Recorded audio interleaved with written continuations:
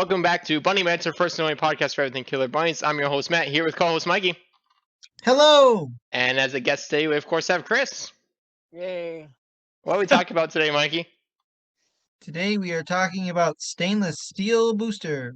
Yes, continuing the booster review series as usual. For those who aren't familiar with this series at this point, you should be because we've done quite a few episodes, but maybe you're new to Bunny Banter.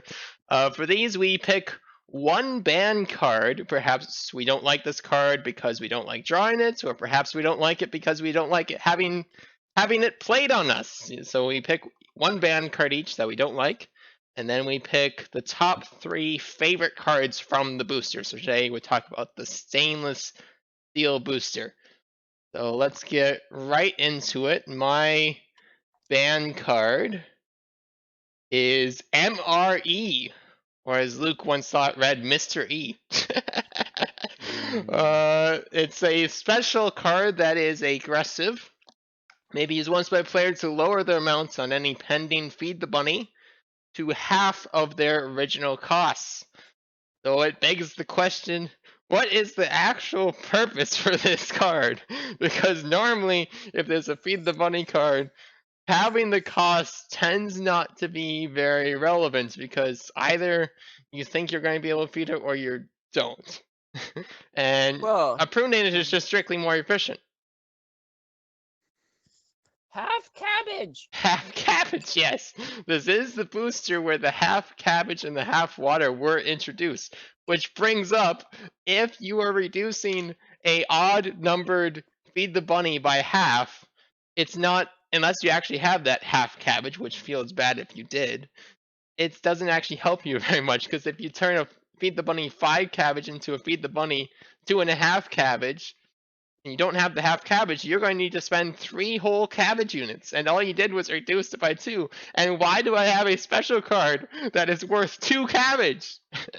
It begs the question why the half was even invented anyway. That's true. For funsies. For funsies, yes. Why does the -2 exist? Someday we'll know. Someday when we all reach Killer Bunny's heaven, we'll find out all the Killer Bunny's secrets. Yes. So is it heaven though? Ooh. Depends if the Jarnak is in play. Oof. So, I think it's a weird card altogether. And it's strictly weaker than the Prunage, not only in that it only satisfies half, but it's also not a P card, so the Prunage is inherently stronger because you can replay it with the Violet Pond if you happen to have it. So as far as anti-Feed the Bunny cards go, this is perhaps one of the weakest ones in the entire full set. I can't think of another one on hand. Perhaps Day Old Bread, but I'd rather have Day Old Bread than this, to be completely honest. Because at least that's a very special, so at the very least I could discard it. But it might actually have some use by delaying a turn that I might need. This doesn't even this makes it so that it's the very specific edge case where I don't have much money, but I might have just enough money to get 1 cabbage, 1 water, and then maybe be able to feed the bunny at half the normal cost. But that's an expensive investment. I'm just gonna let the bunny starve. I don't want to spend $6 on that. Just let it starve. And why is it aggressive? Prunages aren't aggressive. This card shouldn't be aggressive, I don't think. But what if I want to play it passively on an opponent? But you know the reference. Do I know the reference? Obviously a military reference of some sort. Probably some movie reference. I don't know it. It's a Mr. E reference. Yes, Mr. E. That's the card title. Definitely doesn't stand for meals ready to eat. Like it says in the card image. Nope. That's my ban card, MRE. I don't think it's very useful. I don't like drawing it, even if I'm playing passive. What's your card, Chris? Well, mine has a similar flavor. I chose the half doll. And I chose it because half cabbage is strictly better.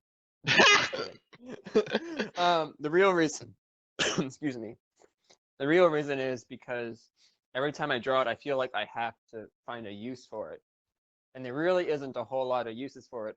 One thing I can do is I can use a half-price coupon on one of the markets, and maybe find it when it's like half price on the cheap markets, when it's $1 for a water, or you know what I'm saying. There's that little use for it, or sometimes you can get the metals cheap. I don't know. There's no applicable way to do it. It is a good trade piece if you're trying to trade all of one person's positions for nothing. I suppose, or you could just give him nothing. I suppose. There's no applicable use for it, and that's kind of my reasoning behind it. I mean, you can double it, I suppose, or triple it, but it could have just been a regular dollar, and nobody would have even thought about it. I was about to say, at the very least, it's free to get, but then I realized, wait a minute. What about the cards in the deck that require you to not have any money? Oh no! Yeah. Now I have a $50 that I literally cannot get rid of, and no one's going to trade for. Oh no! Isn't it strictly just a punish card? I feel like it's strictly a except card. for the use cases of double no trouble or the half price coupon when buying something for odd cost. Yeah, pretty much. Imagine somebody plays Share the Wealth and you have more dollar than your opponents by 1/2. And now you have to give away half. And then they get a $4. No. Not quite how it works. I also feel like it's a missed opportunity to make like coins or change instead of dollars. You want actual $50 vouchers? Maybe. I don't know about that one. They could have called it a 50-cent piece at least. Well, you can spend real money in Killer Bunnies, so you already have real change. Fair enough. I've often traded carrots for pennies. What's the actual real life value of the $50? Half a penny, according to the current exchange rates. Wow. So that's still a problem. Still can't get. Still can't get rid of it. You gotta find someone who's generous. It's a meme. You know, when we initially add the stainless steel booster to the set, the $50 was kind of funny to draw, but these days it's like, oh, I drew it. Okay, sure. Okay, sure. I mean, what else are you gonna do? You're just gonna set it down and it's just gonna sit there. Drives a min-maxer crazy because they have this resource that they cannot do anything with. Yeah. That's a fun one. What you got for your ban, Mikey? My ban is Ultimate Pawn Power. You have to say it like that. Yes. It's required. Yes. Originally, this was my number one. And then I thought about it a little more, and I'm like, this can cause you to become pretty powerful, and I would really be annoyed if somebody else got this card and was using it. I mean, it could be really nice for you because what it is if you have this, you get to discard one card per turn at the start of each turn that has the same back color as any owned pawn that you have. And then you can draw a new one immediately. So by back color, I guess, do they mean like the color on the back of the card? Right, yeah, back of the card booster.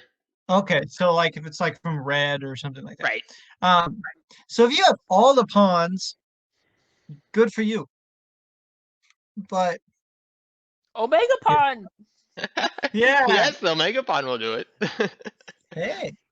But if an opponent has all of the pawns, I don't know. I just feel like I would just get kind of annoyed if somebody could just start getting rid of all the bad cards, because sometimes that can be really good for you. When an opponent has like horrible cards and then they just can't seem to get rid of them at all. Yeah. Cycling. Cycling Cycling is a good ability. I Play a was peddler, very draw a card. yes. I was very close to putting this on my top 3 list, and I was very close to putting this on my ban list. The reason why I didn't put it on my top 3 list because I never remembered to actually use the ability. Because the reason I was very close to putting it on my ban list is that I do not like the start of turn clause. I wish this was more like a rank where you could do it at any point during your turn, because then I wouldn't Okay. forget it. I wouldn't play my turn first, and I realized, oh no, I forgot to discard my card that I planned on discarding. I always forget that. You wouldn't think I'd be the person to forget that, but inevitably, I will be thinking the turn before, when my opponent is playing the turn, I'll be thinking to myself, I cannot forget to do this. I really need to get rid of this absolutely worthless card, MRE. That's a bad example because it's from steel and there's no steel pawn, but you know, you got the point. Yet. There's no steel pawn yet. Sure. Good luck with that Prophecy. one. I would be very surprised Jack. and disappointed because it wouldn't fit in the bunny box. But I have the same problem with ultimate pawn power. I feel like in the shift of the meta, pawns have become less of a priority. So if you have ultimate power and you happen to have it saved and you happen to be able to keep it on board, the problem, of course, is maybe you only have 1 or 2 pawns. And the cards you draw may or may not want to be cycled, so it kind of just sits there. But I understand your problem too, Matthew, where it's you always forget to use it because you're like, it's there. I should use it. No. Yeah, I wish it wasn't a start turn clause because I inevitably, you get in the habit right at the start of your turn, you're going to play your top run, of course, and then as soon as you do that, you realize, oh, I missed my opportunity. And maybe your opponents will be nice enough to give you the opportunity, go backwards in time a little bit. My groups I would probably do that if my opponent missed the opportunity, but I hold myself to a higher standard than I hold my opponents, so I don't do that. That's the problem. But when I do remember, it is quite good because then I realize, oh, I got a useless card from the Ominous Onyx booster. Oh, I have the Black Pawn because I had it anyways because I wanted to protect myself from weapons this game. That's pretty good. It's just a very strong cycling tool. Cycling one card per turn. If you do it once, it's worth it. Yeah. You can even do it with the passive strategy Whisk cycling. Buy back the Kitchen Whisk, have the blue pawn, and then cycle the Kitchen Whisk each turn. Turn Whisk cycling into more of a neutral strategy. That's an option. So yeah, I was very close to putting on my list on either side, but I decided not to because I had other cards that had higher priority for me. Okay, let's go into a more positive note with the top 3. My number 3 card is Every Cloud Has a Steel Lining, a non-aggressive very special that lets the player increase or decrease any single die roll by 1. And of course, it can be used at any time. It's such a flexible card. You fail a weapon by 1, and you just really need that bunny to survive. You have Every Cloud in your hand. You save the bunny. You just barely miss Poverty Poker by 1. You save it. Use Ice 9 with random paintball assaults on the bunny to get the Omega Bunny, but the black would have killed it, so use Every Cloud Steel Line to save the black die. That's the less useful edge case. I have no idea why you're making Omega Bunny instead of Omega Pawn, but that aside. It's just an extremely flexible card, and I'm always happy to have it. It is among the cards that are strong enough that I often am guilty of keeping it in my hand too long. And that's always a good sign for a value of a card if you end up saving it for a more critical moment. As long as you actually use it at some point in the game, it was worth it. So that's my number 3 pick. Every Cloud Has a Steel Lining. What's your number 3, Chris? Well, according to my list, it says every Klaus has a steel lining. Oh, yeah. So I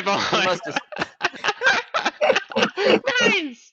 I don't know how I No, missed I that. chose the same one for the same reason. Although I kind of chose it for a different reason because if I remember right, you can use it on anything, correct? Right. It can be the opponent's roll.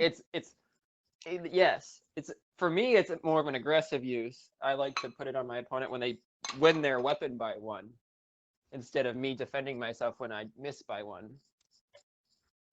So for me, it's oh, I see that you played Supply Surprise. Ah, yes, Bunny was the lowest roll. Oh wait, actually, Cabbage was the lowest roll because I can change it by 1. It's the perfect And then counter to Ice 9 Super Supplies, because then you can it reduce is. 1 to an Yes, it 8, is. and then you give them cabbage instead of everything. Yes, it is. And Everything then they go twice to at that. half cabbage, and then it's over. Yeah, they draw half cabbage and a -2. Seems good. Yes. So I like it. It's a fun, flexible card that actually improves gameplay. Yeah. A card that can counter Ice 9 combos seems pretty good in my book. One of the few counters. One of the few counters to Ice 9, that's true. Okay, Mikey, what's your number 3? My number 3 was duct tape. I think this is a pretty nice weapon. Or, well, it is kind of a weapon, but it's not a weapon. A pretty nice card to have. Um, especially in cases where um people have defense cards. Uh, because you can take all of these weapons and hopefully if you can use weapon levels 1 through 9. So if you just have a bunch of level 9 weapons and then tape them all together and throw them at your opponent, um, that's pretty nifty right there, because then they can get rid of a lot of defense cards and then perhaps go through all of their defense cards. Um, and then you can kill them or just get rid of all their defense cards instead of having to wait for forever and a half to get rid of all their defense, to deplete their defense cards before you can actually do anything to attack them.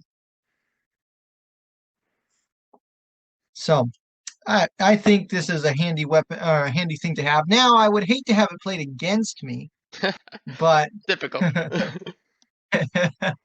but I think it's a pretty I think it's a pretty cool card, and I like the idea of it, and I think that Jeff did a pretty good job at thinking of this one up.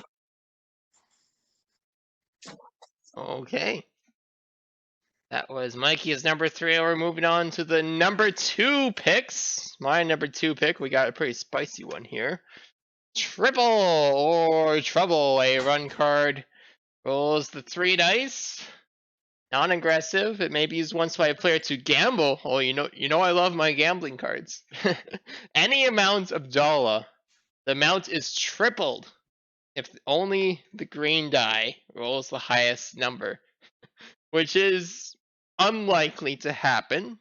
But of course, you're going to make sure you have your rerolls from your pawns before you play this.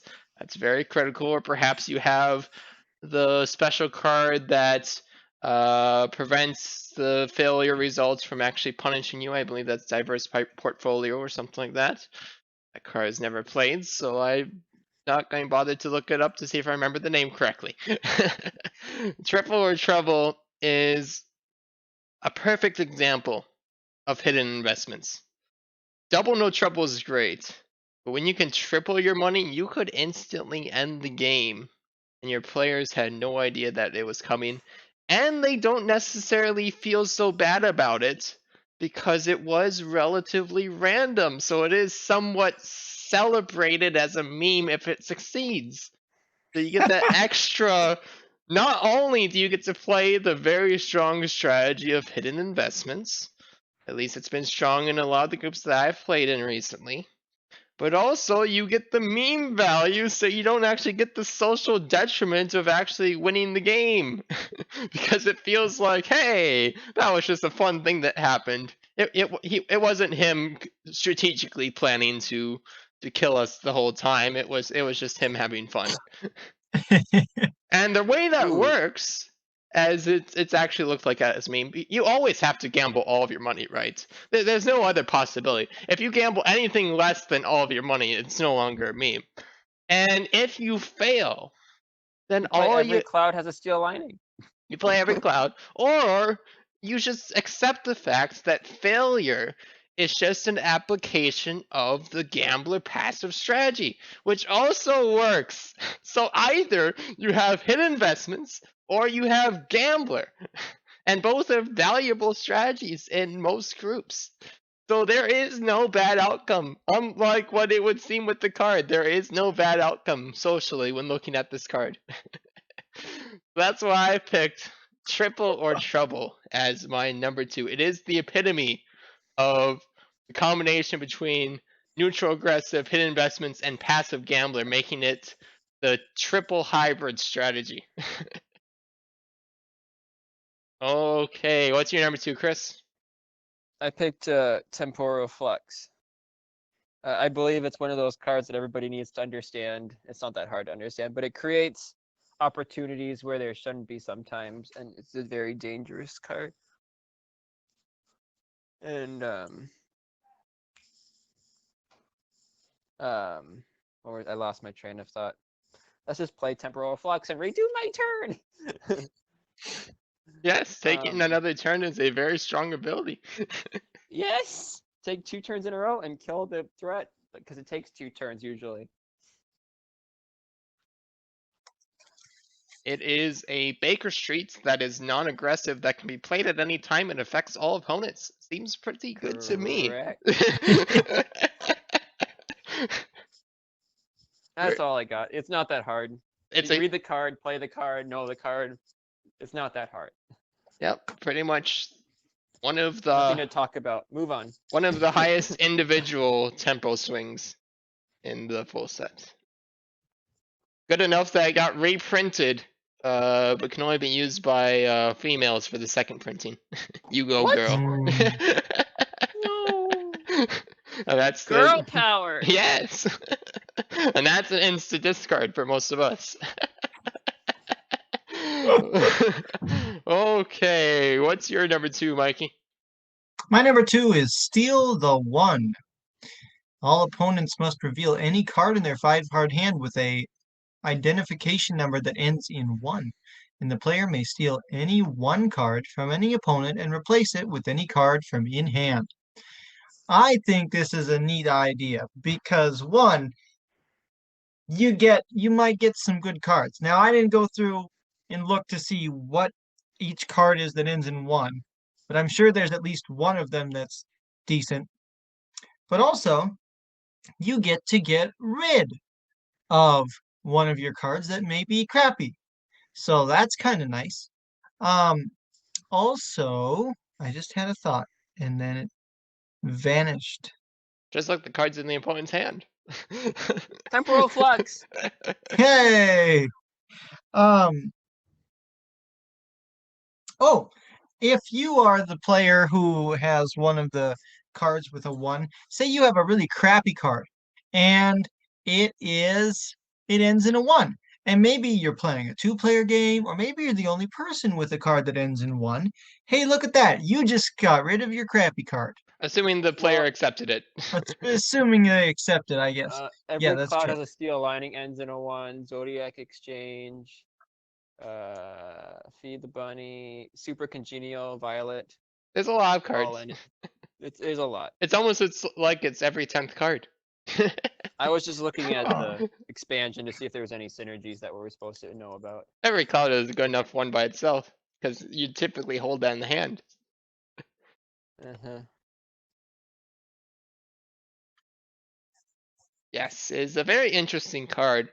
What I like about it, which only applies in our group, because Jeff disagrees with my philosophy here. Ooh. But we don't apply a house rule to it. It's just a common courtesy thing.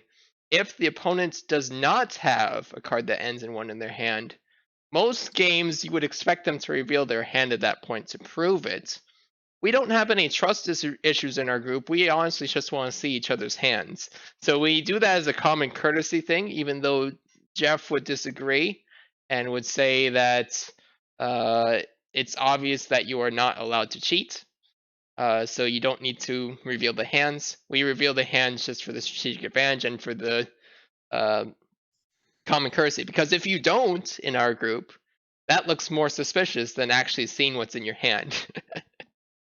It means you got something really You stupid know, good. if you're not revealing your hand, my mind is instantly going to go to the top 5 cards from each expansion, and you probably don't have that much. So you make yourself look more threatening than you actually are, so it will actually cause a greater retaliation. So there actually is strategic benefit to revealing your hand at that point. But it's every card game makes you show your hand when asked for a card in your hand. I agree. So it should be just a. I mean, if you were any type of card player, you would know that. So Yeah, I'm guessing a lot of board gamers that listen to the podcast didn't even know that Jeff disagrees with that. But that's the official ruling. We here at Bunny Banter say reveal your hand anyways because it's beneficial to your strategy. Mhm. First of all, if there's any trust issues in your group, you should do it anyways because your group shouldn't have any habits of cheating. But if they do, then it should be done. And second of all, it's if you don't, it's just gonna look very suspicious. At least that's the norm in our groups. That's probably not the norm in the groups that don't reveal their hands. So you're just like, oh no, we don't got any. I Keep hope it going. is now because I'd like to see that become the norm that people reveal their hands because it just benefits. It's healthy. It's health. Secrets are lies, passive strategy. It creates opportunities for trading that you didn't know about before either. Right. Right. It creates strategic opportunity. I love things that create strategic opportunity. So there we go. That was Mikey's number 2. Steal the 1. It looks like it didn't steal the 1 this time. It's only number 2. Moving on to the number 1 pick, my number 1. And now you realize that all of my top 3 were picked by other players, so I must have good taste. Duct Tape was my number 1.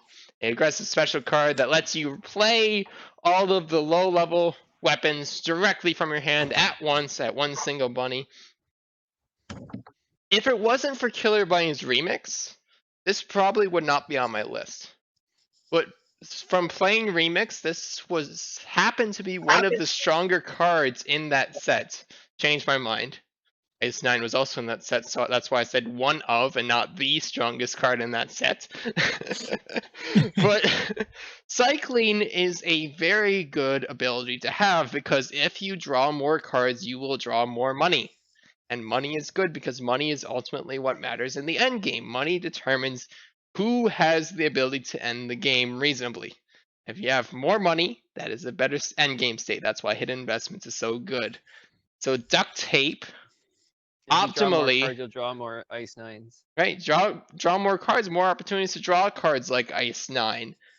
Duct Tape, not only does it draw you up to 5 cards, which is ridiculous, but you also get to get rid of 5 relatively weak cards and use them in a context where they become strong.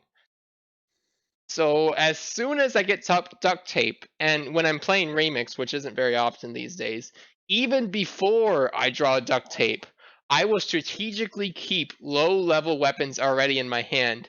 I will keep them in my hand as though they were very special because they will be in the future. As soon as I draw my Duct Tape or trade for it, because a lot of people don't realize the value, I have the ability to draw 5 cards. Drawing 5 cards is a good ability. You could even draw 6 cards if you top deck a low level weapon, which is usually how I actually go about it. Is I'll keep a hand of 5 low level weapon cards. At that point, just keep playing the top decks, and as soon as I draw the 6th, I'll play Duct Tape on that turn. I just have this giant threat sitting in my hand, just waiting for a bunny that needs to have a single target removal as an answer. And there it comes, and I launch all the weapons, and then it probably survives. But that's okay because I get to draw 6 cards, and I'll probably draw Misfortune to get rid of it anyways. Yes, that's why duct tape is my number one. I still think it is one of the hidden gems of full set. It's not one of the mega value cards like Ice 9 or Toucan, where it will literally put you in a plus $300 situation. What it Tax is, perfection. it is a card that will put you in a very good situation. That situation will not be known to your opponents.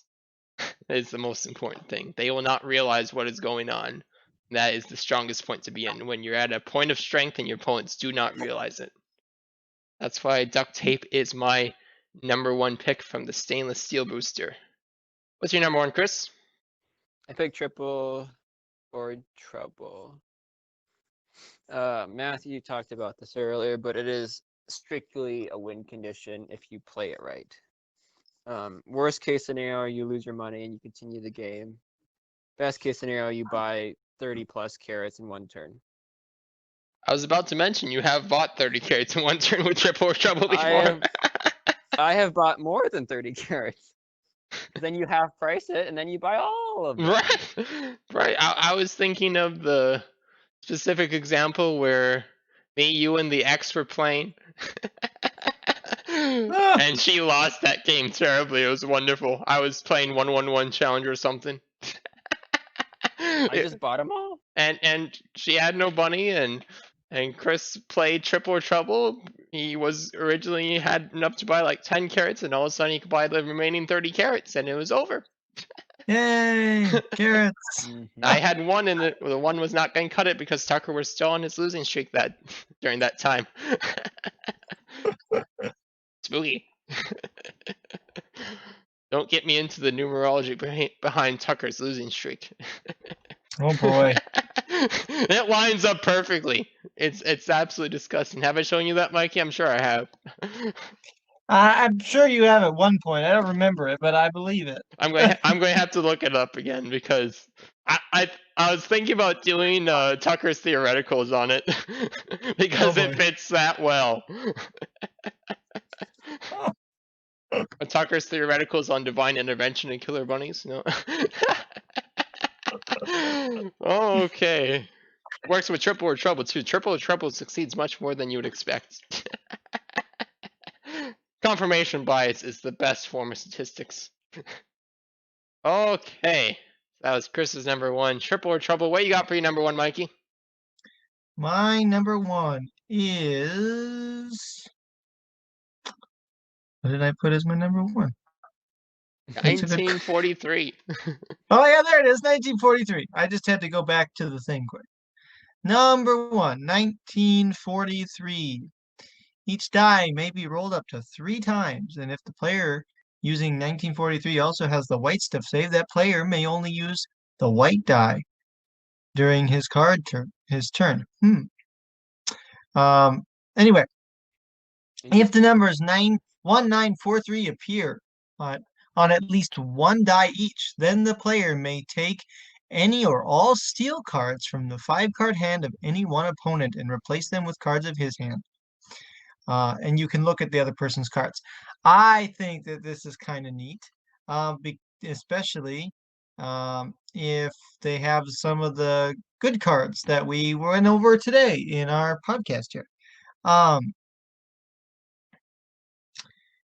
Like I've noticed a theme, not only with the cards that I've chosen, but I think a lot of the other ones, is they have a lot to do with shuffling around cards. I was about to mention that all of your entire list had to do with either hand disruption or card cycling. Yeah. Or both. Yeah. I just think it's a cool opportunity, especially if a player for some magical reason has all steel cards. Then look at that. You can get some pretty decent cards. I guess all of my reasonings are pretty much the same for all of them.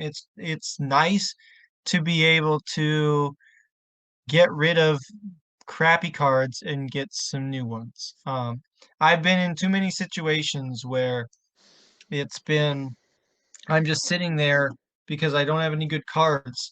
I mean, this would be really nice to get some weapons, because there have been times where I played an entire game and hadn't had a single weapon.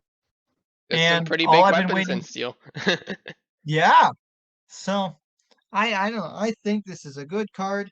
Um, it gives you an opportunity to take up to 5 cards, um, and to get rid of some bad cards. And it's if you're in the opponent watching somebody play the card, it's kind of nice because the likelihood that the numbers are uh, the likelihood that all the 4 numbers are rolled is probably rather small, and so you don't have to. You're not living in fear too much, and especially if you don't have a steel card, then you don't have anything to fear. I think it's a good card from both sides. Mhm. Yeah, this is an interesting card. The problem with it, I look at the list of steel cards and I think to myself, if I'm playing min-max or hidden investments, a lot of these cards I would keep in my hand for a very long period of time, which makes 1943 very strong in theory. But in the context of full sets, it gets weaker with every expansion release because Yep. there's less likely to be steel cards, which brings up that I like with at least with some recent expansions, like with the release of London, there's a lot more deck manipulation rather than hand manipulation when it comes to Hmm. specifics. I mean, we have some examples in the early boosters like Wheels Chocolates, but when you see things like Bakery Rolls from Caramel Booster or MI6 or Elephants in White Castle, all of those are very interesting deck manipulation options. And I think the specificity of 1943 often struggles more than it should. But getting even one steel card, if you're keeping track of what your opponents are keeping in their hand, and you see that a steel card has been kept in their hand for a very long period of time, you probably have a decent idea of what that card is. If I Hmm. was to guess, it'd be every cloud, or it would be a super because perhaps they're waiting for a few bunnies of the same color to be killed, or it'd be triple no trouble, or defector, or hostile pentecostal. And those 5 cards are honestly the specific 5 cards I would keep in my hand from the steel booster. So having a card with the capability to hand disrupt any of those 5 cards, even if it's just one of them, which it will be one of them, you're not likely to hit 2 cards with this card. But it definitely, I'm going to be watching out for this one more recently than I normally would, because it feels like if I'm watching my opponents closely and keeping track of which cards they're holding, I should be able to deduce what card is in their hand, and I should be able to steal it, Hmm. which is very high value for any of those. Excuse me, that's not 5 cards. That's out of 9, 5 supers and the 4 others. So there's 9 very good possibilities, and you have a pretty good idea that it's any of them if they've been holding it. So that's pretty good. Yeah. Okay, that was the last card for today. So that was exciting looking at the steel booster. As far as announcements, the big one is that as of the release of this Bunny Banter, which is on October 30th, is when it's releasing. The very next day, there is a Killer Bunnies tournament going on. At this point, registration is closed, so we're not accepting new players, but the tournament will be live streamed with commentary. So if you're interested in watching that, I will post links in the Killer Bunnies Facebook group, the Bunny Circle, and you can find the live stream from there. The tournament will be going on throughout the day on Saturday, that being Halloween, up Ooh. until starting in the morning and up until 5 p.m. Central Time, approximately. And then if we're not done by then, which we will not be, it will finish on the next day, the Sunday, November 1st, and that will be starting in the early afternoon and continuing until we are done. So hopefully not all night. So everyone watch out for that. There will be more announcements in the Bunny Circle very shortly. The announcements will probably come out before this episode, in fact. Were there any other announcements that I missed, Mikey? Not that I can think of. Hopefully we have another episode of Bunny Banter when we're supposed to. Yes, we will try. It seems our schedules are busier than usual. Me starting my new Corn job, harvest! Chris having corn harvest, and Mikey getting married. What? Or at least planning to get married sometime here soon, relatively.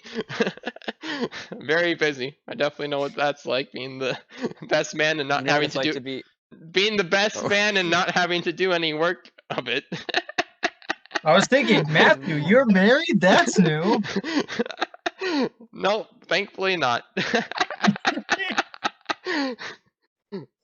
uh, let's see. I feel like there's something I was missing. I suppose I should say everyone should go get Killer Bunnies lights if they haven't already. It is officially out. It functions as a excellent teaching set, a standalone teaching set. It is not a replacement for the original starter set. If you want to build your own full set collection, you still need the original starter set for that. But Killer Bunnies Light functions as a standalone. Here's a very much, I don't want to say watered down, but it's accurate in a good way, because simpler. Yes, it is the light set, so it functions as a excellent teaching set, even for those who do not have much prior gaming experience. Because, in my opinion, the original starter set, that can be occasionally a bit rough for some of the initial games. Sometimes you need to take a few of the cards out because they're too specific. Light doesn't have that problem. Also, make sure to check out the Sandbox Gaming Dice Tower Kickstarter.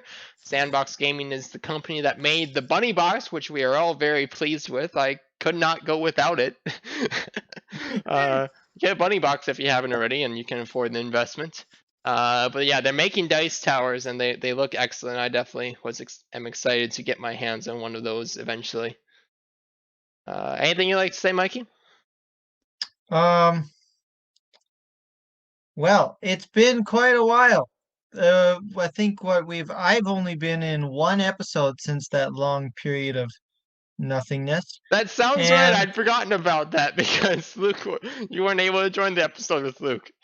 yeah, so it's been a while since since all of you have heard my voice, and since I have not seen you, because that would be weird if I was watching you. But um next week is election day, and I just hope that you all stay safe, wear your masks, stay smart, don't do anything stupid, and exercise your right to vote if you live in the United States. If you don't live in the United States and you're voting and it's not election day, that's a problem. Yeah, So 5% of our audience is from Australia, so doesn't apply to you guys. for you Australians, just it might be kind of entertaining. So maybe if they cover it in Australia, you should watch. So yeah, everybody just stay safe and don't do anything stupid. So, and happy Halloween, or if you are a Protestant, happy Reformation Day. Yay! Okay. And anything else, Mikey? Jeff bless. There we go. And Mike, you bless. Yes.